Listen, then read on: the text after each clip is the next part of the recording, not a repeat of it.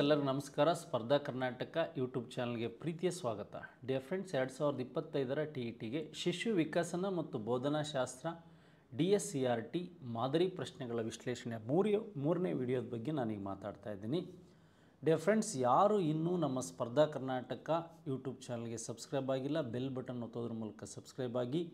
ಇದನ್ನು ಸಬ್ಸ್ಕ್ರೈಬ್ ಆಗೋದ್ರ ಮೂಲಕ ಪ್ಲೇ ಲಿಸ್ಟಲ್ಲಿ ಹೋದರೆ ನಿಮಗೆ ಹಲವು ವೀಡಿಯೋಗಳು, ಕ್ವಶನ್ ಅನಾಲಿಸಿಸ್ ಮಾಡಿರ್ತಕ್ಕಂಥ ವೀಡಿಯೋಗಳು ಸಬ್ಜೆಕ್ಟ್ ವೈಸ್ ಸಿಗುತ್ತೆ ಅಂತ ಹೇಳ್ತಾ, ಯಾರು ನಮ್ಮ ಸ್ಪರ್ಧಾ ಕರ್ನಾಟಕ ಆನ್ಲೈನಲ್ಲಿ ನೀವು ತರಬೇತಿಯನ್ನು ಪಡಿಬೇಕಂತಿದ್ರೆ ಅವರು ನಿಮ್ಮ ಮೊಬೈಲ್ ಪ್ಲೇಸ್ಟೋರ್ನಲ್ಲಿ ಸ್ಪರ್ಧಾ ಕರ್ನಾಟಕ ಅಕಾಡೆಮಿ ಅಂತ ಆ್ಯಪ್ ಡೌನ್ಲೋಡ್ ಮಾಡಿಕೊಂಡ್ರೆ ನಿಮಗೆ GPSTR, HSTR, TET ಮತ್ತು PSTR ವಿಷಯಗಳಿಗೆ ಸಂಬಂಧಿಸಿದಂತೆ ಮತ್ತು ಇಂಡಿವಿಜುವಲ್ ಪೇಪರ್ ಸಬ್ಜೆಕ್ಟ್ಗಳು ಸಹ ಸಿಗುತ್ತೆ. ಅದನ್ನು ಸದುಪಯೋಗಪಡಿಸ್ಕೊಳ್ಳಿ ಅಂತ ಹೇಳ್ತಾ, ನಾನು ಈ ಒಂದು ಮನೋವಿಜ್ಞಾನ ಅಥವಾ ಶಿಶು ವಿಕಸನ ಮತ್ತು ಬೋಧನಾಶಾಸ್ತ್ರ ಈ ವಿಷಯಗಳನ್ನು ಕುರಿತು ಮುಂಬರುವ TET ಪರೀಕ್ಷೆಯಲ್ಲಿ ಯಾವ ರೀತಿ ಈ ಒಂದು ಡೈರೆಕ್ಟ್ ಕ್ವಶನ್ಸ್ ಮತ್ತು ಸ್ಟೇಟ್ಮೆಂಟ್ ವೈಸ್ ಕ್ವಶನ್ಸ್ ಮತ್ತು ಅಪ್ಲೈಡ್ ಕ್ವಶನ್ಸ್ಗಳು ಬರುತ್ತೆ ಅನ್ನೋದನ್ನು ಮಾತಾಡ್ತಾ ಇದ್ದೀನಿ. ನೋಡಿ, ಪ್ರಶ್ನೆ ಸಂಖ್ಯೆ 1 ಹೀಗಿದೆ.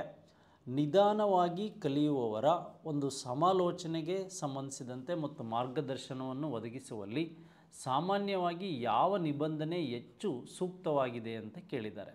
ಇಲ್ಲಿ ಪುಷ್ಟೀಕರಣ ಅಂತಕ್ಕಂಥದ್ದಿದೆ, ವೇಗವರ್ಧನೆ ಅಂತಕ್ಕಂಥದ್ದಿದೆ, ಸ್ಪರ್ಧೆ ಅಂತಕ್ಕಂಥದ್ದಿದೆ, ಹಾಗೆ ಪರಿಹಾರ ಬೋಧನೆ ಅಂತಿದೆ. ಈ ರೆಮಿಡಿಯಲ್ ಟೀಚಿಂಗ್ ಬಗ್ಗೆನೂ ಸಹ ಇಲ್ಲಿ ಹೇಳ್ತಾ ಹೋಗಿದ್ದಾರೆ. ನಿಮಗೆ ಗೊತ್ತಿರಬೇಕು, ಇದಕ್ಕೆ ರೈಟ್ ಆನ್ಸರ್ ಯಾವುದು ಅಂದರೆ ಪರಿಹಾರ ಬೋಧನೆ ಅಂತಕ್ಕಂಥದ್ದು ಇದಕ್ಕೆ ಸೂಕ್ತವಾದಂಥ ಆನ್ಸರು. ಹೇಗೆ ಸ್ನೇಹಿತರೆ ಅಂತಕ್ಕಂಥದ್ದು ಗೊತ್ತಿರಬೇಕು. ನೋಡಿ, ಫಸ್ಟ್ ನಮಗೆ ಈ ನೈದಾನಿಕ ಪರೀಕ್ಷೆ ಬಗ್ಗೆ ಗೊತ್ತಿರಬೇಕು. ನೈದಾನಿಕ ಪರೀಕ್ಷೆ ಅಂದರೆ ವಿದ್ಯಾರ್ಥಿಯ ಒಂದು ದೋಷಗಳೇನಿದೆ, ಕಲಿಕೆಯಲ್ಲಿ ವಿದ್ಯಾರ್ಥಿಯ ದೋಷ ಏನಿದೆ, ನೆಕ್ಸ್ಟು ಆತನ ಈ ದೌರ್ಬಲ್ಯಗಳು ಏನಿದೆ ಅದನ್ನು ಪತ್ತೆ ಹಚ್ಚತಕ್ಕಂಥದ್ದು ಅಂತ ಗೊತ್ತಿರಬೇಕು. ಡಿಫ್ರೆನ್ಸ್ ಹಾಗಾದರೆ ಪರಿಹಾರ ಬೋಧನೆ ಅಂದ್ರೇನು ಅಂತ ಗೊತ್ತಿರಬೇಕು. ನೈದಾನಿಕ ಪರೀಕ್ಷೆಯ ಮೂಲಕ ಪತ್ತೆಯಾದಂಥ ಸಮಸ್ಯೆಯನ್ನು ನಾವೇನು ಮಾಡ್ಬೋದು, ಪರಿಹಾರ ಬೋಧನೆಯ ಮೂಲಕ ಅಂದರೆ ಕಲಿಕೆಯಲ್ಲಿ ಯಾರು ಹಿಂದುಳಿದಿರ್ತಾರೆ ಅಂತಹ ಮಕ್ಕಳನ್ನು ನಾವು ಅವ್ರನ್ನ ಮತ್ತೆ ಮುಂದೆ ತರೋದಕ್ಕೆ ಏನು ಮಾಡ್ಬೋದು, ಇದನ್ನು ಈ ಪರಿಹಾರ ಬೋಧನೆಯನ್ನು ಮಾಡ್ಬೋದು ಅಂತಕ್ಕಂಥದ್ದು ನಿಮಗೆ ಗೊತ್ತಿರಬೇಕು. ನೋಡಿ, ಈಗ ಪುಷ್ಟೀಕರಣ, ವೇಗವರ್ಧನೆ, ಸ್ಪರ್ಧೆ ಇವೆಲ್ಲ ಏನಿದೆ ಇವು ಬಿಗಿನಿಂಗಲ್ಲಿ ನಿಮಗೆ ಎಲ್ಲ ವಿದ್ಯಾರ್ಥಿಗಳಿಗೂ ಸಹ ಮಾಡ್ಬೋದು, ಪ್ರತಿಭಾನ್ವಿತರಿಗೆ ಎಲ್ಲರಿಗೂ ಮಾಡ್ಬೋದು, ಗಿಫ್ಟೆಡ್ ಚಿಲ್ಡ್ರನ್ಸಿಗೆ ಅದಕ್ಕೆಲ್ಲ. ಹಾಗಾದರೆ ಪರಿಹಾರ ಬೋಧನೆ ಅಂದರೆ ನಮಗೆ ವಿದ್ಯಾರ್ಥಿಯ ದೋಷ ಮತ್ತು ದೌರ್ಬಲ್ಯ, ಅವರಲ್ಲಿರ್ತಕ್ಕಂಥ ಕಲಿಕಾ ನ್ಯೂನತೆ ಸಮಸ್ಯೆಗಳನ್ನು ಹೇಗೆ ಪರಿಹಾರ ಮಾಡ್ಬೋದು ಅಂತಕ್ಕಂಥದ್ದು ಪರಿಹಾರ ಬೋಧನೆ. ನೋಡಿ, ನಮಗೆ ನೈದಾನಿಕ ಪರೀಕ್ಷೆ ಅಂದರೆ ಇದೊಂದು ವಿಶೇಷವಾಗಿ ಡಯಾಗ್ನೋಟಿಕ್ ಟೆಸ್ಟ್ ಅಂತ ಕರಿತೀವಿ. ಈ ಡಯಾಗ್ನೋಟಿಕ್ ಟೆಸ್ಟ್ ಬಗ್ಗೆ ನಾವು ಮಾತಾಡೋದಾದರೆ, ನೈದಾನಿಕ ಪರೀಕ್ಷೆ ಬಗ್ಗೆ ಮಾತಾಡೋದಾದರೆ, ಇದು ಶಿಕ್ಷಕರಿಗೆ ಆರಂಭದಲ್ಲಿ ಬೋಧನೆಗಿಂತ ಮುಂಚೆ ನಮಗೆ ಇದು ಪೂರ್ವ ಮೌಲ್ಯಮಾಪನ ಅಂತಲೂ ಕರಿಬೋದು. ನಾವು ಇದನ್ನು ಪ್ರೀ ಅಸೆಸ್ಮೆಂಟ್ ಅಂತಲೂ ಕರಿತೀವಿ. ಪೂರ್ವ ಮೌಲ್ಯಮಾಪನ ಮಾಡಿ ವಿದ್ಯಾರ್ಥಿಗಳು ಹೇಗಿದ್ದಾರೆ, ಅವರಲ್ಲಿರ್ತಕ್ಕಂಥ ಸಮಸ್ಯೆಗಳೇನು, ಅವರಲ್ಲಿರ್ತಕ್ಕಂಥ ದೋಷಗಳೇನು ಅಂತಕ್ಕಂಥದ್ದನ್ನು ನಾವಿದ್ರ ಮೂಲಕ ತಿಳಿತಾ ಹೋಗ್ಬೋದು.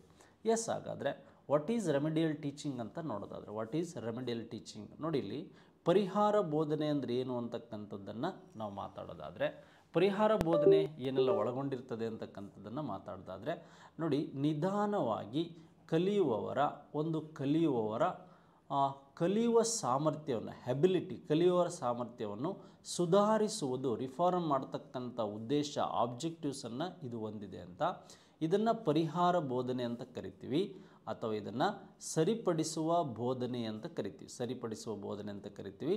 ನಿಮಗೇನಾದರೂ MCQs ಇದುವರೆಗೆ ಬಂದಿದ್ದರೆ ಈ ಪರಿಹಾರ ಬೋಧನೆಯಲ್ಲಿ ಈ ರೀತಿಯಾಗೂ ಸಹ ನಿಮಗೆ MCQಸನ್ನು ಕೇಳೋ ಸಾಧ್ಯತೆ ಇರುತ್ತೆ. ನೋಡಿ, ಆಬ್ಜೆಕ್ಟಿವ್ಸನ್ನು ಕೊಟ್ಟು ಮೇಲಿನ ಎಲ್ಲವೂ ಸರಿ ಅಥವಾ ಯಾವುದು ಸರಿಯಾಗಿದೆ ಅಂತ ಕೇಳ್ಬೋದು. ನಿಧಾನ ಕಲಿಕೆಗೆ ಕಾರಣವಾಗುವ ಅಂಶಗಳನ್ನು ಕಂಡುಹಿಡಿಯುವುದು ಅಂತ ಒಂದಿದೆ. ನೆಕ್ಸ್ಟು, ನಿಧಾನವಾಗಿ ಕಲಿತಾನೆ ಮಗು, ಯಾಕೆ ಯಾವ ಸಬ್ಜೆಕ್ಟಲ್ಲಿ ನಿಧಾನವಾಗಿ ಕಲಿತಾನೆ ಅಥವಾ ಯಾವ ಸಬ್ಜೆಕ್ಟು ಅವನಿಗೆ ಅರ್ಥ ಆಗ್ತಾ ಇರಲ್ಲ, ಇದನ್ನು ನೈದಾನಿಕ ಪರೀಕ್ಷೆ ಮೂಲಕ ತಿಳ್ಕೊಂಡು ನಾವು ಇದನ್ನು ಸರಿಪಡಿಸ್ಬೋದು. ನೆಕ್ಸ್ಟು, ತೊಂದರೆ ಎದುರಿಸುತ್ತಿರುವ ಅಥವಾ ಸಹಾಯದ ಅಗತ್ಯತೆ ಇರುವ ವಿದ್ಯಾರ್ಥಿಗಳನ್ನು ಗುರುತಿಸುವುದು ನೈದಾನಿಕ ಪರೀಕ್ಷೆ ಮತ್ತೊಂದು ಉದ್ದೇಶ. ವಿದ್ಯಾರ್ಥಿಗಳು ತಪ್ಪಾಗಿ ಕಲಿಕೆ ಕೌಶಲ್ಯಗಳನ್ನು ಪುನಃ ಕಲಿಸುವಂಥದ್ದು ಈ ಒಂದು ನೈದಾನಿಕ ಪರೀಕ್ಷೆ ಅಂತ ನಿಮಗೆ ಗೊತ್ತಿರಬೇಕು ಸ್ನೇಹಿತರೆ.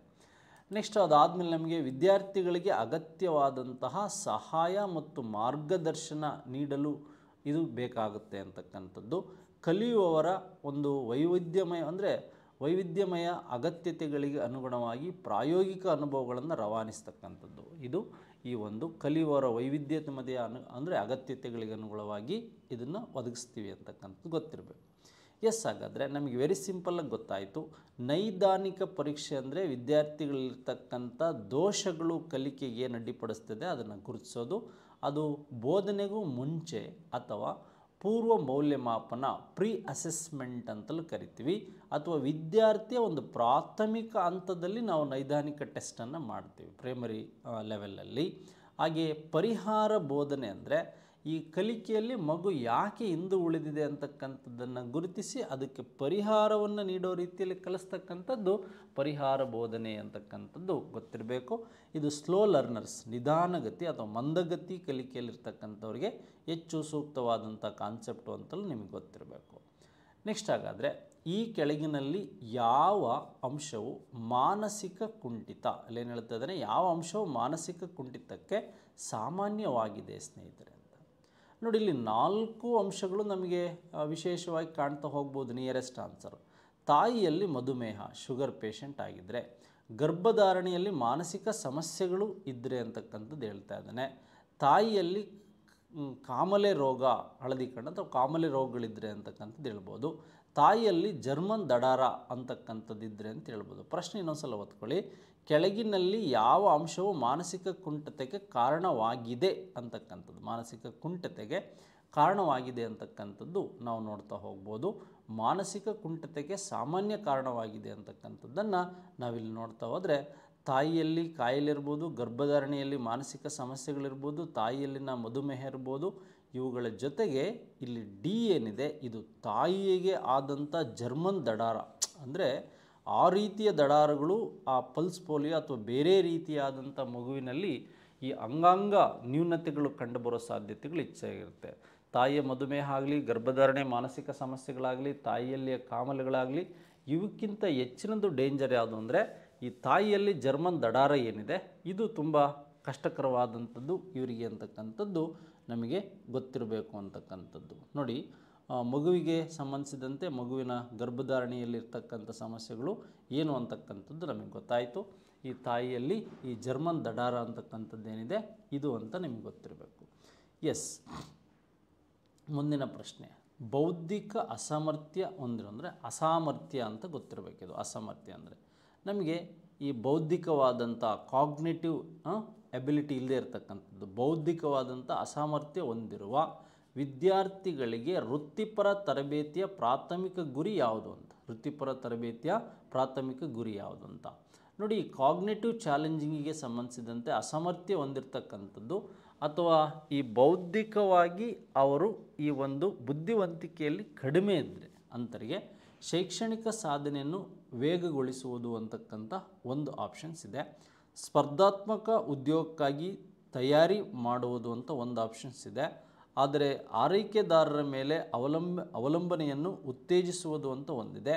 ಪ್ರತ್ಯೇಕತೆಯನ್ನು ಉತ್ತೇಜಿಸುವುದು ಅಂತಕ್ಕಂಥದ್ದು ಒಂದು ಆಪ್ಷನ್ಸ್ ಇದೆ. ನೋಡಿ, ನಮಗೆ ಈ ಎಲ್ಲ ಆಪ್ಷನ್ಸ್ಗಳಿಗೆ ಸಂಬಂಧಿಸಿದಂತೆ ತರಬೇತಿಯ ಪ್ರಾಥಮಿಕ ಗುರಿ ಯಾವುದು ಅಂದರೆ ಆ ಮಗುವನ್ನು ಸ್ಪರ್ಧಾತ್ಮಕ ಉದ್ಯೋಗಕ್ಕಾಗಿ ತಯಾರಿ ಮಾಡತಕ್ಕಂಥದ್ದೇನಿದೆ ಇದು ನಮಗೆ ಬೇಸಿಕ್ಕಾಗಿ ಬೇಕಾದಂಥ ಪ್ರಶ್ನೆ. ಬೌದ್ಧಿಕ ಅಸಾಮರ್ಥ್ಯ ಹೊಂದಿರುವ ಒಂದು ವಿದ್ಯಾರ್ಥಿಗಳಿಗೆ ವೃತ್ತಿಪರ ತರಬೇತಿಯ ಪ್ರಾಥಮಿಕ ಗುರಿ, ವೃತ್ತಿಪರ ಅವನಿಗೊಂದು ವೊಕೇಶನಲ್ ಟ್ರೈನಿಂಗಿಗೆ, ಈ ವೊಕೇಶನಲ್ ಟ್ರೈನಿಂಗ್ ಅಂದರೆ ಅಲ್ಲಿ ಇರ್ತಕ್ಕಂಥ ಕಾಂಪಿಟೇಷನ್ ಏನಿದೆ ಅದಕ್ಕೆ ಸರಿಯಾಗಿ ಅನುಗುಣವಾಗಿ ನಾವು ಅವನನ್ನು ಸಿದ್ಧಪಡಿಸಬೇಕಾದಂಥದ್ದು ಒಂದು ಮುಖ್ಯ ಅಂಶ ಅಂತಕ್ಕಂಥದ್ದು ನಿಮಗೆ ಗೊತ್ತಿರಬೇಕು. ನೆಕ್ಸ್ಟ್, ಹಾಗಾದರೆ 4ನೇ ಪ್ರಶ್ನೆಗೆ ಸಂಬಂಧಿಸಿದಂತೆ ಏನು ಪ್ರಶ್ನೆಯನ್ನು ಕೇಳ್ಬೋದು. ಯಾವ ಒಂದು ಐ ಕ್ಯೂ ಅಂದರೆ ನಿಮಗೆ ಇಂಟೆಲಿಜೆಂಟ್ ಕೋಶೆಂಟ್ ಅಂತ ಗೊತ್ತಿರಬೇಕು, ಬುದ್ಧಿ ಸೂಚ್ಯಾಂಕ ಅಂತ ಕರಿತೀವಿ. ಐ ಕ್ಯೂ ಶ್ರೇಣಿಯನ್ನು ತರಬೇತಿ ನೀಡಬಹುದಾದ ಬುದ್ಧಿಮಾಂದ್ಯ ಮಕ್ಕಳ ಐ ಕ್ಯೂ ಮಟ್ಟ ಎಂದು ಕರೆಯಲಾಗುತ್ತದೆ. ಅಂದರೆ ನಮಗೀಗ ಟ್ರೈನಬಲ್ ಅಂತ ಹೇಳ್ತಾ ಇದ್ದಾರೆ. ಟ್ರೈನಬಲ್ ನೋಡಿ, ಇಲ್ಲಿ 70, 79 ಸಾಧಾರಣ, ಅದಕ್ಕಿಂತ ನಮಗೆ ಮೆಂಟಲಿ ರಿಟೈರ್ಡೆಡ್ ಇರ್ಬೋದು. 36ರಿಂದ 49 ನಮಗೆ 120 ಮೇಲೆ ಅಥವಾ 140 ಇದ್ದರೆ ಪ್ರತಿಭಾನ್ವಿತ ಮಕ್ಕಳು, ಆವರೇಜ್ ಸ್ಟೂಡೆಂಟು, ಗಿಫ್ಟೆಡ್ ಚಿಲ್ಡ್ರನ್ಸು ಇವರೆಲ್ಲ ನಮಗೆ ಜೀನಿಯಸ್ ಅಂತ ಬರ್ತಾರೆ, ಅವರೆಲ್ಲ ಗೊತ್ತಾಗುತ್ತೆ. ಇನ್ನೇನು ಮಾಡ್ತಾರೆ, ಇಲ್ಲಿ ಒಂದು ಸೆಂಟೆನ್ಸ್ ನಿಮ್ಗೆ ಅರ್ಥ ಆಗಬೇಕು. ತರಬೇತಿಯನ್ನು ನೀಡಬಹುದಾದ ಬುದ್ಧಿಮಾಂದ್ಯರು ಅಂದರೆ ಟ್ರೈನಬಲ್ ಅಂತ ಹೇಳ್ತಾರೆ. ಅಂದರೆ ಆಲ್ಮೋಸ್ಟ್ ಅವ್ರು ಎಲ್ಲಿ ಬರ್ತಾರೆ ಅಂದರೆ ಇಲ್ಲಿ ಬರ್ತಾರೆ. ಯಾವಾಗ ಈ ಒಂದು 36ರಿಂದ ಒಂದು 49 ಏನಿದೆ, 36ರಿಂದ 49 ಏನಿದೆ, ಇಲ್ಲಿ ಇವರು ಬರ್ತಾರೆ. ಯಾಕೆ ಅಂತ ನೋಡೋಣ. ಫಾರ್ ಎಕ್ಸಾಂಪಲ್ಲು ನಾವು ಏನು ಬುದ್ಧಿಸೂಚ್ಯಾಂಕದ ವಿವರಣೆ IQ ಡಿಸ್ಟ್ರಿಬ್ಯೂಷನನ್ನು ನೋಡೋದಾದರೆ ನೋಡಿ, ಎಬೋ 140 ಅಂತಕ್ಕಂಥದ್ದು ಅತಿ ಪ್ರತಿಭಾನ್ವಿತರು ಜೀನಿಯಸ್ ಅಂತ ಗೊತ್ತಿರಬೇಕು. ನೋಡಿ ಇಲ್ಲಿ ನಮಗೆ 130ಯಿಂದ 139 ಅಂದರೆ ಟರ್ಮನ್ರವರ ಪ್ರಕಾರ ಇವರೇ ಪ್ರತಿಭಾನ್ವಿತರು ಅಂತ ಹೇಳಿದರೆ, ಈಗ 100 ಜನ ವಿದ್ಯಾರ್ಥಿಗಳಲ್ಲಿ ಒಬ್ಬ ಮಾತ್ರ ಈ ಥರ ಜೀನಿಯಸ್ ಇರ್ತಾನೆ ಅನ್ನೋದು ಅವರೇಜ್ ಪ್ರಕಾರ ನಾವು ನಾರ್ಮಲ್ NPC ಕರ್ವ್ ಅಂತ ನೋಡ್ತೀವಿ. ನಾರ್ಮಲ್ ಪ್ರಾಬಬಿಲಿಟಿ ಕರ್ವ್, ಸಾಮಾನ್ಯ ಸಂಭವ್ಯ ವಕ್ರರೇಖೆ ಅಂತ ಏನು ಬರಿತೀವಲ್ವಾ, ಅಲ್ಲಿ ಗೊತ್ತಾಗುತ್ತೆ. ಅಂದರೆ 130ರಿಂದ 139 ಅತಿ ಪ್ರತಿಭಾನ್ವಿತ, ವೆರಿ ಸುಪೀರಿಯರ್ ಅಂತ ಕರಿತೀವಿ. 120ರಿಂದ 129ರಲ್ಲಿ 8 ಜನ ವಿದ್ಯಾರ್ಥಿಗಳಿರ್ತಾರೆ, ಇವರು ಸುಪೀರಿಯರ್ ಪ್ರತಿಭಾನ್ವಿತರು. ಹಾಗಾದರೆ ನಾವೆಲ್ಲ ಅವರೇಜಲ್ಲಿ ಬರ್ತಕ್ಕಂಥದ್ದು ಈ 3 ಭಾಗಗಳೇನಿದೆ ಇಲ್ಲಿ ಜಾಸ್ತಿ ಹೈಯೆಸ್ಟ್ ಇರ್ತಕ್ಕಂಥ ಅಂಶಗಳಲ್ಲಿ ಸರಾಸರಿಗಿಂತ ಮೇಲ್ಪಟ್ಟು ಎಬೋ ಅವರೇಜ್ ಇರ್ತಕ್ಕಂಥದ್ದು ನಮಗೆ 110 ಅಥವಾ 119 ಅಂತ. ಹಾಗೆ 100ರಿಂದ 109ವರೆಗೂ ಅವರೇಜ್ ಸಾಧಾರಣ, ನಾವು ನೀವೆಲ್ಲ ಇಲ್ಲಿಷ್ಟಿರಲ್ಲಿ ಇರ್ಬೋದು ಅಂತ.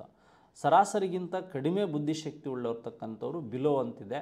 ಹಾಗೆ 80ರಿಂದ 89 ಸೀಮಾ ರೇಖೆ ಬಾರ್ಡರ್ ಲೈನಲ್ಲಿ ಇರ್ತಕ್ಕಂಥವ್ರು. 70ರಿಂದ 79 ಅಂದರೆ ಮೆಂಟಲಿ ರಿಟೈರ್ಡೆಡ್ ಅಂತಕ್ಕಂಥ ಗೊತ್ತಿರಬೇಕು. ಇಲ್ಲಿ ಟ್ರೈನಬಲ್ ಅಂತ ಕೊಟ್ಟಿದ್ದಾರೆ ನೋಡಿ. ಟ್ರೈನಬಲ್ ಅಂದರೆ ನಮಗೆ 60ರಿಂದ 69 ಅಥವಾ 2 ಅಥವಾ ಅದಕ್ಕಿಂತ ಬಿಲೋ ಇದ್ದರೆ ಅವ್ರಿಗೂ ಸಹ ನಾವು ಡಿಪೆಂಡಿಂಗ್ ಇನ್ನೊಬ್ಬರ ಬೇಗೆ ತರಬೇತಿಯನ್ನು ಪಡೆಯೋದಕ್ಕೆ ಅವರು ಸಿದ್ಧರಾಗಿರ್ತಾರೆ ಅಂತಕ್ಕಂಥದ್ದು. ನಮಗೆ ಪ್ರಶ್ನೆ ನೋಡ್ರೆ ಇಲ್ಲಿ 36, 49 ಅದೇ ಸಹ ಕಡಿಮೆಯಲ್ಲಿರುತ್ತೆ ಅಂತಕ್ಕಂಥದ್ದು. ಟ್ರೈನಬಲ್ ಅಂತಕ್ಕಂಥದ್ದು ಬಿಲೋ ಆಗಿರುತ್ತೆ, ದಡ್ಡ ಅಂತಕ್ಕಂಥದ್ದು ಗೊತ್ತಿರಬೇಕು. ಎಸ್, ಹಾಗಾದರೆ ಈ ಪ್ರಶ್ನೆಗೆ ಸರಿಯಾದ ಉತ್ತರ ಆಪ್ಷನ್ ಸಿ ಸ್ನೇಹಿತರೆ. ನೆಕ್ಸ್ಟ್ ಹಾಗೆ ಜನರಲಾಗಿ ಸ್ಟಡಿ ಮಾಡೋದಾದ್ರೆ ಕೆಳಗಿನವಲ್ಲಿ ಯಾವುದು ಬುದ್ಧಿಮಾಂದ್ಯ ಮಗುವಿನ ಲಕ್ಷಣವಲ್ಲ? ಕೊನೆಯವರೆಗೂ ಓದಬೇಕು. ಬುದ್ಧಿಮಾಂದ್ಯ ಮಗುವಿನ ಲಕ್ಷಣ ಅಥವಾ ಲಕ್ಷಣವಲ್ಲ ಅಂತಕ್ಕಂಥದ್ದು ನಮಗೆ ಏನು ಕಲಿಕೆಯಲ್ಲಿ ಹಿಂದುಳಿದಿರ್ತಕ್ಕಂಥ ಅಥವಾ ಸ್ಲೋ ಲರ್ನರ್ ಅಂತಕ್ಕಂಥದ್ದು ಅಥವಾ ಬುದ್ಧಿಮಾಂದ್ಯ ಅದಕ್ಕಿಂತ ಕೆಳಮಟ್ಟದಲ್ಲಿರ್ತಕ್ಕಂಥ ಮಗುವಿನ ಲಕ್ಷಣವಲ್ಲ ಅಂತ ಕೊಟ್ಟಿದ್ದಾರೆ. ತಡವಾದ ಪ್ರತಿಕ್ರಿಯೆ ಅಂತಕ್ಕಂಥದ್ದು ಒಂದು ಆಪ್ಷನ್ಸ್ ಇಲ್ಲಿದೆ. ಹಾಗೆ ನಮಗೆ ಸಾಮಾಜಿಕ ಬುದ್ಧಿವಂತಿಕೆ ಕೊರತೆ ಅಂತಕ್ಕಂಥದ್ದು ಒಂದಿದೆ. ಹಾಗೆ ಅಭಿವೃದ್ಧಿಯ ಮೈಲುಗಲ್ಲುಗಳಲ್ಲಿ ವಿಳಂಬ ಅಂತಕ್ಕಂಥದ್ದು ಒಂದಿದೆ. ಇವೆಲ್ಲ ತಡವಾದ ಪ್ರತಿಕ್ರಿಯೆ. ಈಗ ಬುದ್ಧಿ ಕಡಿಮೆ ಆದರೆ ನೀವು ಮಾತಾಡಿ ಎಷ್ಟೋ ಹೊತ್ತಿಗೆ ಆತ ರೆಸ್ಪಾನ್ಸ್ ಮಾಡ್ತಾನೆ, ಇದು ಲಕ್ಷಣ ಆಗಿದೆ. ಸಾಮಾಜಿಕ ಬುದ್ಧಿವಂತಿಕೆ ಕೊರತೆ, ಸಮಾಜದಲ್ಲಿ ಅಷ್ಟು ನಿಪುಣತೆಯಿಂದ ಅವರಿರಲ್ಲ. ಅಭಿವೃದ್ಧಿ ಮೈಲುಗಲ್ಲಲ್ಲೂ ಸಹ ವಿಳಂಬ, ಸ್ಲೋ ಆಗಿರ್ತಾರೆ ಅಂತ. ನೆನಪಿಡುವ ಸಾಮರ್ಥ್ಯ ಅಂತೇನಿದೆ ಇದು ಅವರ ಲಕ್ಷಣವಲ್ಲ. ಅವರಿಗೆ ಈ ಒಂದು ಮೆಮೊರಿ ಕೆಪಾಸಿಟಿ ಏನಿದೆ ಇದು ಇರೋದಿಲ್ಲ ಹೆಚ್ಚಾಗಿ. ಹಾಗಾಗಿ ಇದು ಅವರ ಲಕ್ಷಣ ಅಲ್ಲ ಅಂತಕ್ಕಂಥದ್ದು ಗೊತ್ತಿರಬೇಕು. ಅವರ ಕ್ಯಾರೆಕ್ಟರ್ಸ್ ಅಲ್ಲ ಇದು ಅಂತಕ್ಕಂಥದ್ದು ನಿಮಗೆ ಗೊತ್ತಿರಬೇಕು.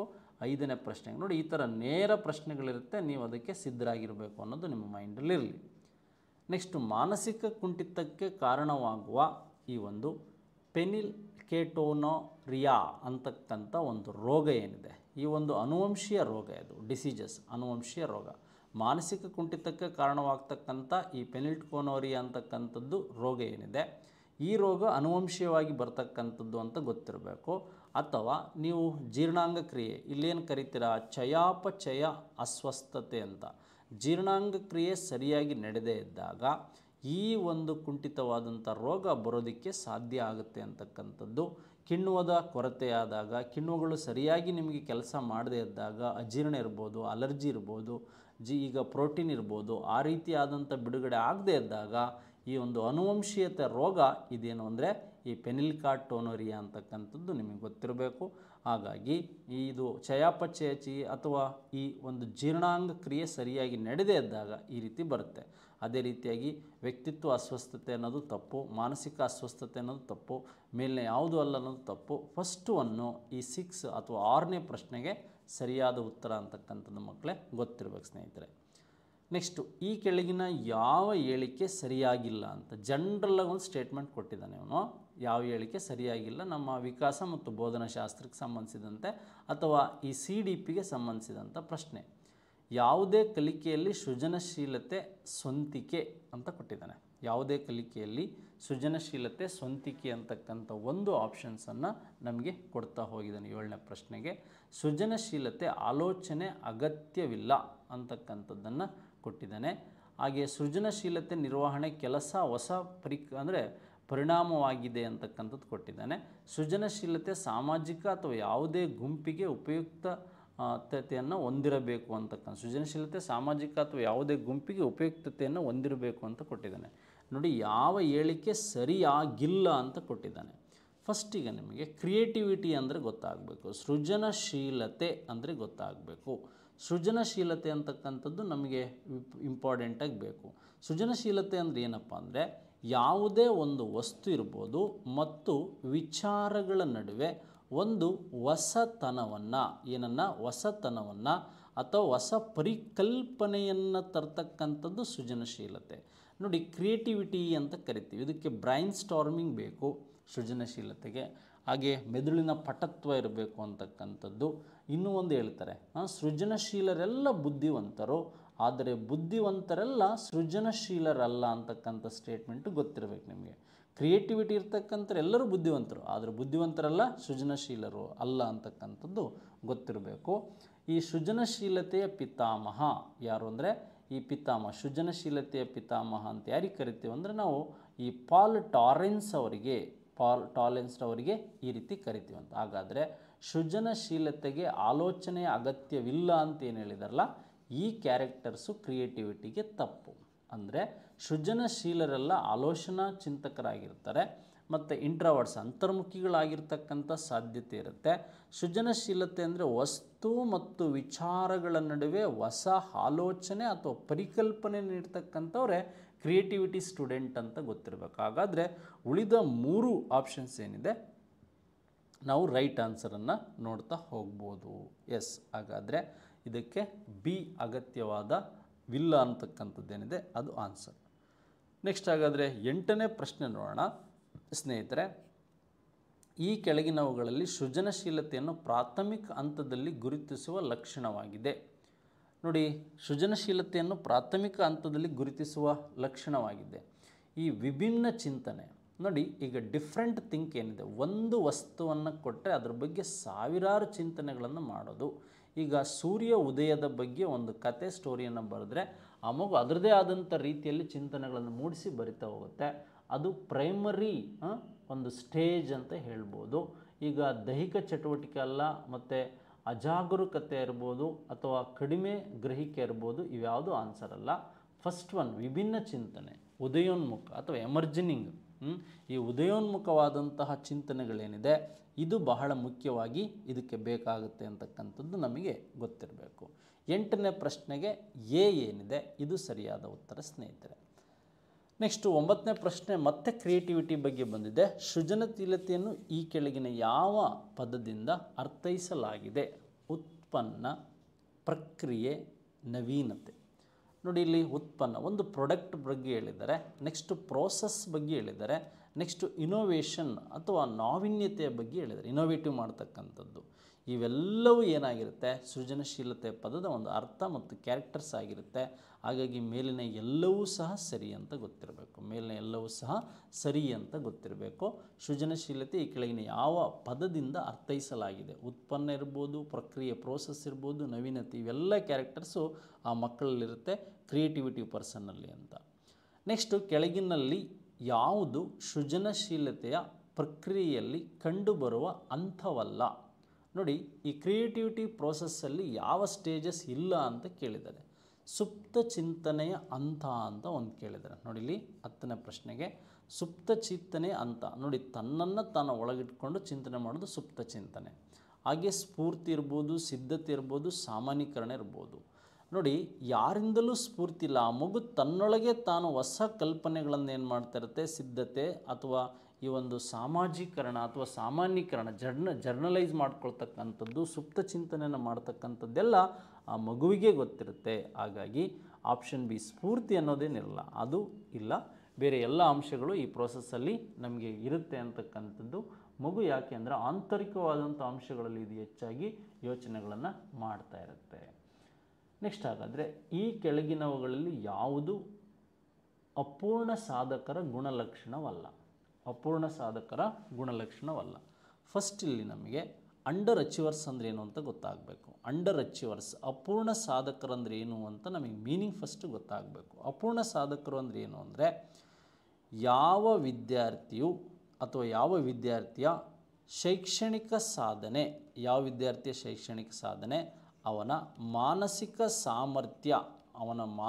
ಸಾಮರ್ಥ್ಯಕ್ಕಿಂತ ಕಡಿಮೆ ಇರುತ್ತದೆಯೋ ಅವನನ್ನು ಅಪೂರ್ವ ಸಾಧಕರು ಅಂತ. ಈಗ ಸಖತ್ ಮಾತಾಡ್ತಾನೆ, ಭಾರಿ ಬ್ರಿಲಿಯಂಟು, ಆದರೆ ಎಕ್ಸಾಮಲ್ಲಿ ಫೇಲ್ ಆಗ್ತಾನೆ. ಊರಲ್ಲಿ ನೋಡಿ ಸಿಕ್ಕಾಪಟ್ಟ ಮಾತಾಡ್ತಾ ಇರ್ತಾನೆ, ಅವನಿಗೆ ಮೆಂಟಲಿ ಎಬಿಲಿಟಿ ಚೆನ್ನಾಗಿರುತ್ತೆ, ಮೆಂಟಲ್ ಎಬಿಲಿಟಿ ಅಥವಾ ಅವನ ಕೆಪಾಸಿಟಿ ಚೆನ್ನಾಗಿರುತ್ತೆ, ಮೆಂಟಲ್ ಅಂದರೆ ಕೆಪಾಸಿಟಿ. ಬಟ್ ಅವನ ಶೈಕ್ಷಣಿಕ ಸಾಧನೆ ಕೊರತೆ ಆಗಿದ್ದರೆ ಆತನನ್ನು ನಾವು ಅಂಡರ್ ಅಚೀವರ್ಸ್, ಅಪೂರ್ವ ಸಾಧಕರು ಅಂತ ಕರಿತೀವಿ. ಹಾಗಾದರೆ ಆ ಅಪೂರ್ವ ಸಾಧಕರ ಕ್ಯಾರೆಕ್ಟರ್ಸ್ ಬಗ್ಗೆ ಕೇಳಿದರೆ ಉತ್ತಮ ಓದುವ ಕೌಶಲ್ಯಗಳ ಕೊರತೆ ಅಂತಕ್ಕಂಥದ್ದು ಒಂದು ಆಪ್ಷನ್ಸನ್ನು ನಾವಿಲ್ಲಿ ನೋಡ್ತಾ ಹೋಗ್ಬೋದು.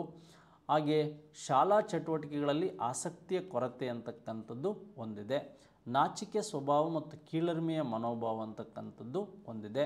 ಸಂವಹನ ಕೌಶಲ್ಯ ಅಂತಕ್ಕಂಥದ್ದು ಒಂದಿದೆ. ಇಲ್ಲಿ ಕರೆಕ್ಟಾಗಿ ಅರ್ಥ ಮಾಡ್ಕೊಳ್ಳಿ, ಅಪೂರ್ವ ಸಾಧಕರ ಲಕ್ಷಣವಲ್ಲ, ಉತ್ತಮ ಓದುವ ಕೌಶಲ್ಯದ ಕೊರತೆ. ಅವನಿಗೆ ಓದೋಕ್ಕಾಗಲ್ಲ, ಒಂದು ಕಡೆ 3 ರಿಂದ 4 ಗಂಟೆ ಕೂತು ಎಲ್ಲೆಲ್ಲೋ ಮೈಂಡ್ ಹೋಗ್ತಾ ಇರುತ್ತೆ. ಟಿ ವಿ ನೋಡೋಣ, ಕ್ರಿಕೆಟ್ ನೋಡೋಣ, ಹೊರಗೆ ಹೋಗೋಣ, ಎಲ್ಲ ಹುಡುಗರ ಜೊತೆಗೆ ಸೇರಿಕೊಂಡು ಏನೋ ಆಟ ಆಡೋಣ ಅಂತ.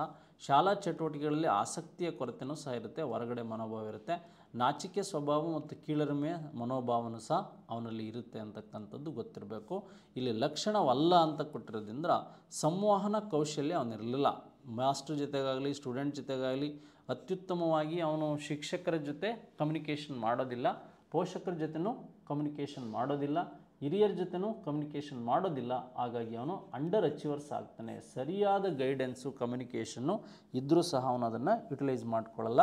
ಸಂವಹನ ಕೌಶಲ್ಯ ಕೊರತೆಯಿಂದ ಅವನೇನಾಗ್ತಾನೆ, ದಡ್ಡ ಆಗ್ತಾನೆ. ಯಾಕೆ ಅಂದರೆ ಅವನ ಮಾನಸಿಕ ಸಾಮರ್ಥ್ಯ ಚೆನ್ನಾಗಿರುತ್ತೆ. ಯಾವುದೇ ವಿದ್ಯಾರ್ಥಿಯ ಶೈಕ್ಷಣಿಕ ಸಾಧನೆ ಅವನ ಮಾನಸಿಕ ಸಾಮರ್ಥ್ಯಕ್ಕಿಂತ ಕಡಿಮೆ ಇದ್ದರೆ ಅವರನ್ನು ನಾವು ಅಪೂರ್ವ ಸಾಧಕರು ಅಂತ ಕರಿತೀವಿ.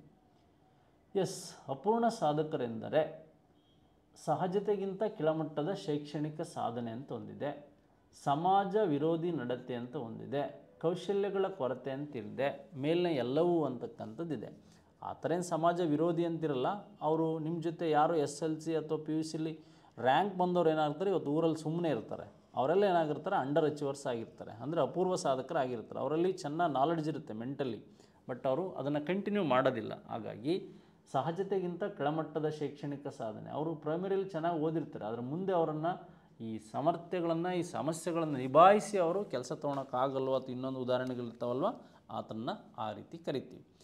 ಅಪೂರ್ವ ಸಾಧಕರು ಅಂಡರ್ ಅಚೀವರ್ಸ್ ಅಂತ ಕರಿತೀವಿ. ನೆಕ್ಸ್ಟ್, ಅರಿವಿನ ಕೌಶಲ್ಯಗಳಾದ ಗಮನ, ನನಗೆ ಅವೇರ್ನೆಸ್ಸಲ್ಲಿ ಗಮನ, ಸ್ಮರಣಾಶಕ್ತಿ ಮತ್ತು ಸಮಸ್ಯೆ ಪರಿಹಾರ, ಮೆಮೊರಿ ಇರ್ಬೋದು ಅಥವಾ ಈ ಪ್ರಾಬ್ಲಮ್ ಸಾಲ್ವಿಂಗ್ ಮೆಥಡ್, ಪರಿಹಾರ ಇತ್ಯಾದಿಗಳು ಇದಕ್ಕೆ ಸಂಬಂಧಿಸಿದೆ. ನೋಡಿ, ಈ ಥರ ಜನರಲ್ ಕ್ವಶನ್ಸ್ ಕೇಳ್ಬಿಡ್ತಾನೆ ಅವನು. ಈ ಥರ ಜನರಲ್ ಕ್ವಶನ್ಸ್ ಕೇಳಿದಾಗ ನಾವು ಅದನ್ನು ವರ್ಕ್ ಮಾಡಬೇಕಾಗುತ್ತೆ. ವ್ಯಕ್ತಿಯ ಭಾವನಾತ್ಮಕ ಸ್ಥಿತಿಯಿಂದ ಪ್ರಭಾವಿತವಾಗಿಲ್ಲ. ನೋಡಿ, ಅರಿವಿನ ಕೌಶಲ್ಯಗಳಾದ ಗಮನ ಇರ್ಬೋದು, ಅದು ಒಂದು ಗ್ರಹಿಕೆ ಕಾನ್ಸಂಟ್ರೇಷನ್, ಸ್ಮರಣಾಶಕ್ತಿ ಇರ್ಬೋದು, ಸಮಸ್ಯೆ ಪರಿಹಾರ ಇತ್ಯಾದಿಗಳು ಇದಕ್ಕೆ ಸಂಬಂಧಿಸಿದೆ. ವ್ಯಕ್ತಿಯ ಭಾವನಾತ್ಮಕ ಸ್ಥಿತಿಯನ್ನು ಪ್ರಭಾವಿತವಾಗಿಲ್ಲ, ಪ್ರಭಾವಿತಬೇಕು. ಧನಾತ್ಮಕ ಭಾವನೆಗಳು ಋಣಾತ್ಮಕ ಪ್ರಭಾವ ಅಲ್ಲ, ನಕಾರಾತ್ಮಕ ಭಾವನೆಗಳಿಂದ ಧನಾತ್ಮಕ ಪ್ರಭಾವಿತವಾಗಿರುತ್ತವೆ ಅಂತಕ್ಕಂಥದ್ದು. ವ್ಯಕ್ತಿಯ ಭಾವನಾತ್ಮಕ ಸ್ಥಿತಿಯಿಂದ ಗಮನಾರ್ಹವಾದ ಪ್ರಭಾವಿತವಾಗಿರುತ್ತದೆ. ನೋಡಿ, ಅರಿವಿನ ಕೌಶಲ್ಯಗಳು ವ್ಯಕ್ತಿಯ ಒಂದು ಭಾವನಾತ್ಮಕ ಸ್ಥಿತಿ ಏನಿದೆ, ವ್ಯಕ್ತಿಯ ಭಾವನಾತ್ಮಕ ಸ್ಥಿತಿಯಿಂದ ಏನಾಗಿರುತ್ತದೋ ಒಂದು ಗಮನಾರ್ಹವಾದಂಥ ಪ್ರಭಾವಿತವಾಗಿರುತ್ತದೆ ಅಂತಕ್ಕಂಥ ಕಾನ್ಸೆಪ್ಟ್ ನಿಮಗೆ ಗೊತ್ತಿರಬೇಕು. ಇದು ಕಾನ್ಸೆಪ್ಟ್ ನಿಮಗೆ ಗೊತ್ತಿರಬೇಕಾಗುತ್ತೆ. ಈ ಪ್ರಶ್ನೆಗೆ ಡಿ ಆಪ್ಷನ್ಸ್ ಏನಿದೆ ಇದು ಸರಿಯಾದ ಉತ್ತರ ಸ್ನೇಹಿತರೆ. ಡಿ ಆಪ್ಷನ್ಸ್ ಏನಿದೆ ಇದು ಸರಿಯಾದ ಉತ್ತರ ಸ್ನೇಹಿತರೆ ಅಂತಕ್ಕಂಥದ್ದು ಗೊತ್ತಿರಬೇಕು. ನೆಕ್ಸ್ಟ್ ಅದೇ ರೀತಿಯಾಗಿ ನೆಕ್ಸ್ಟ್ ನೋಡೋದಾದರೆ, ಕೆಳಗಿನ ಯಾವ ಹೇಳಿಕೆಯು ಭಾವನೆ ಮತ್ತು ಅರಿವಿನ, ನಿಮ್ಮ ಒಂದು ಎಮೋಷನ್ ಏನಿರುತ್ತೆ, ಭಾವನೆ ಮತ್ತು ಅರಿವು ಅವೇರ್ನೆಸ್ ಬಗ್ಗೆ ಸರಿಯಾಗಿದೆ. ಹೆಚ್ಚಿನ ಒತ್ತಡವು ಕಲಿಕೆಯನ್ನು ಪ್ರತಿಬಿಂಬಿಸುತ್ತದೆ ಅಂತ ಒಂದು ಆಪ್ಷನ್ಸ್ ಇಲ್ಲಿದೆ. ಹೆಚ್ಚಿನ ಒತ್ತಡ ಕಲಿಕೆಯನ್ನು ಪ್ರತಿಬಿಂಬಿಸುತ್ತದೆ. ಹೆಚ್ಚು ಒತ್ತಡ ಆದಾಗ ಕಲಿಕೆ ಪ್ರತಿಬಿಂಬ ಆಗಲ್ಲ, ಉತ್ತೇಜನ ಆಗುತ್ತೆ. ಆಸಕ್ತಿಯು ಕಲಿಕೆಯನ್ನು ತಡೆಯುತ್ತದೆ. ಆಸಕ್ತಿ ಅವಧಾನದ ತಾಯಿ ಅಂತ ಕರಿತೀವಿ. ಹೆಚ್ಚಿನ ಒತ್ತಡವು ಕಲಿಕೆಯನ್ನು ಉತ್ತೇಜಿಸ್ತದೆ. ಇವತ್ತು ಈ ಕೆಲಸ ನಾಳೆ ಮಾಡಲೇಬೇಕು ಅಂತಕ್ಕಂಥದ್ದು, ಬೆಳಿಗ್ಗೆ ಬೇಗ ಎದ್ದು ನೀವೇನೋ ಕೆಲಸ ಮಾಡಬೇಕಂದ್ರೆ ಈ ಒಂದು ಆಪ್ಷನ್ಸ್ ಏನಿದೆ, ಹೆಚ್ಚಿನ ಒತ್ತಡವು ಕಲಿಕೆಯನ್ನು ಉತ್ತೇಜಿಸುತ್ತದೆ ಅಂತಕ್ಕಂಥದ್ದೇನಿದೆ, ಇದು ಸರಿಯಾದ ಉತ್ತರ. ನಿರಾಸಕ್ತಿ ಕಲಿಕೆಯನ್ನು ಉತ್ತೇಜಿಸುತ್ತದೆ, ತಪ್ಪು. ಆಸಕ್ತಿ ಕಲಿಕೆಯನ್ನು ತಡೆಯಲ್ಲ, ಆಸಕ್ತಿ ಹೆಚ್ಚು ಮಾಡುತ್ತೆ ಅಂತಕ್ಕಂಥದ್ದು 3 ಆಪ್ಷನ್ ತಪ್ಪಾಗಿದೆ. 1 ಆಪ್ಷನ್ಸ್ ಮಾತ್ರ ಇಲ್ಲಿ ಸರಿಯಾಗಿದೆ ಸ್ನೇಹಿತರೆ. ನೆಕ್ಸ್ಟ್ ಹಾಗಾದರೆ ಬಾಲಾಪರಾಧಿ ಎಂದು ಯಾವ ವಯಸ್ಸಿನ ವಯಸ್ಸಿನ ವರ್ಗವನ್ನು ವ್ಯಾಖ್ಯಾನಿಸಲಾಗಿದೆ. ನೋಡಿ, ಈಗ ಬಾಲಾಪರಾಧಿತನ ಇತ್ತೀಚೆಗೆ ಹೆಚ್ಚಾಗ್ತಾ ಇದೆ ಅಂತಕ್ಕಂಥದ್ದು.